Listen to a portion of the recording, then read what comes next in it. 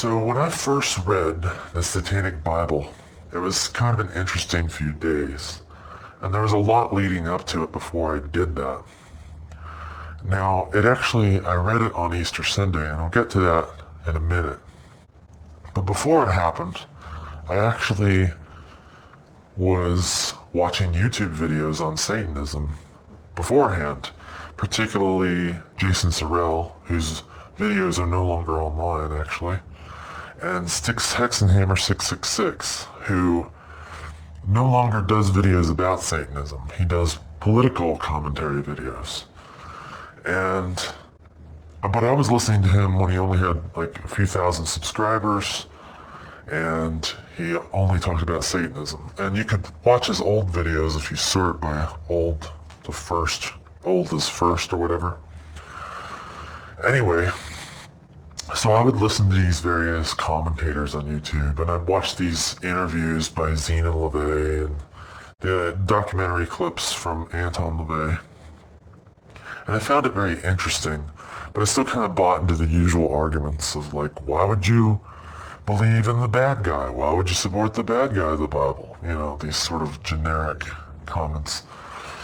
But I was very interested in it.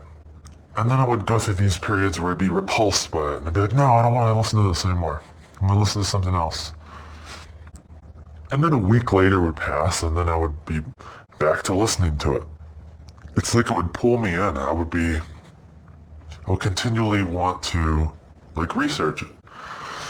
And this was all leading up to Easter Sunday.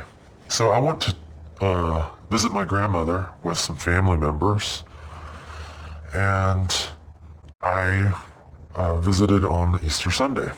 Well, a few days before Easter Sunday. And my grandmother wanted me to go to church with her. And I was not religious, and this is a Baptist church, but I wanted to support her. Now, I hate her pastor because her pastor's always shaking her down for money and trying to make people feel guilty for money. So I wasn't a fan of her pastor at all, but I wanted to go to support my grandmother, and I knew it would make her really happy. I mean, she was really happy for me to go. So I wore the whole suit and everything, and honestly, I expected really good arguments, or somehow I expected it to be really persuasive. I kind of had these high expectations. Now, I had only been to church like maybe 5 times in my life. I was never interested in it. To me, it was always obvious that, you know, the whole Noah story and all that, like, I just couldn't buy into that stuff. You know, like, evolution and, you know, Jesus and everything. The whole series of, you know, complaints about Christianity, I was already aware of all that stuff. But I was sort of on the fence about Satanism at the time. Anyway, so going to church, very first thing that kind of surprised me was there was a beautiful girl there who was very catty and flirty with me. Now, I'm not complaining, you know, I'm not saying it's bad, but it was kind of surprising because it was like, oh, this is church. I thought it was like the strict environment where, you know, you had to adhere to all these rules, and here this girl's interacting with me like, I don't know, like it's a nightclub or something. I mean, not really, but it was kind of surprising because I did not expect that from a church environment. Anyway, so the other thing is we all stood in the pews, and we had these books in front of us on the back seat of the pew. And the books would have these songs in them about Jesus and whatever. So we spent the majority of the time in church singing these bizarre songs, which honestly I don't think they're that good. And it's like, why are we singing these songs? I was kind of underwhelmed and unimpressed. Like, what's the point of singing these songs? Isn't the pastor gonna... I guess I kind of expected the pastor to give like more of like a lecture, more of like an explanation or something. And I was also thinking to myself, there are way better songs out there, Katy Perry has better songs. I mean, you can't really sing her songs. I mean, I guess you're supposed to sing the songs to admire Jesus or something, and this is the way of worshiping Jesus. But,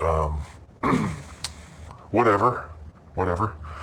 So the pastor actually did speak, and as he spoke, it was like the same usual stuff you hear from Christians all the time. Jesus died for your sins, blah, blah, blah. Same sort of arguments you hear from Christians in other avenues of life. And I was kind of unimpressed by that. And then he went on to explain the story about bulls being sacrificed, and I was like, this seems so, like, archaic. This seems like some ancient Roman guy talking about his religion. So overall, the whole church experience was very underwhelming to me. And all that experience, that whole church experience, is what compelled me that night to read the Satanic Bible. Because I was like, clearly I don't understand the church. And I always had this idea that, well, the church is good, but it's not for me. But after going to church that day, I was like, I gotta read this. I gotta read the Satanic Bible. I'm very interested in it. And I remember I had my laptop with me, and this is near the beach, and there was some public Wi-Fi place there nearby that I was able to get on and look at the internet. And I just Google searched PDF star.pdf and Satanic Bible. And I found somebody uploaded a version of the Satanic Bible. There's lots of versions online. And I just couldn't stop reading it. When I started reading it, I just wanted to read the whole thing. Now I got too tired and I only read halfway through. But in the morning, as soon as I had the time, when my grandma was napping, I read the second half of the Bible. And it was just like, wow, this is so cool. This is me. This describes, it's like a reflection. And I've heard a lot of other Satanists say that reading it is almost like a mirror, looking into a mirror. And after researching Satanists more, I also realized a lot of them share a lot of similarities with myself. A lot of aesthetic similarities, a lot of preferences in movies and, other bizarre things, like obviously Halloween and Gothic accoutrements. But it's funny, the evening after I read the Satanic Bible, when I was thinking about it, we went to a abandoned carnival, which somehow seems very satanic. Not only do Satanists like abandoned places, but a carnival is also very satanic. It was on the beach, but it wasn't technically abandoned. It was like temporarily closed. They were setting up to be reopened or something. All the places were closed, but it was still available for you to walk. It was like a boardwalk, amusement park type carnival thing where everything was closed. And some of the places were emptied out for some reason. So it felt like it had this abandoned carnival atmosphere.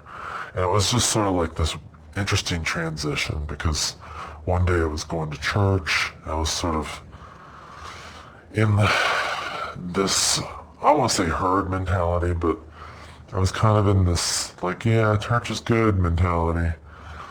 And the next day I was like, fully aware of Satanism and fully sort of interested in it. And then I was at this abandoned carnival. This bizarre transition. But another thing about that, though, is it gave me kind of it was a feeling that Easter is now a satanic holiday. I mean, to me personally, Easter's like a satanic holiday now, because this is when I first read the Satanic Bible. So, yeah, that's all. That's my story about how I read it.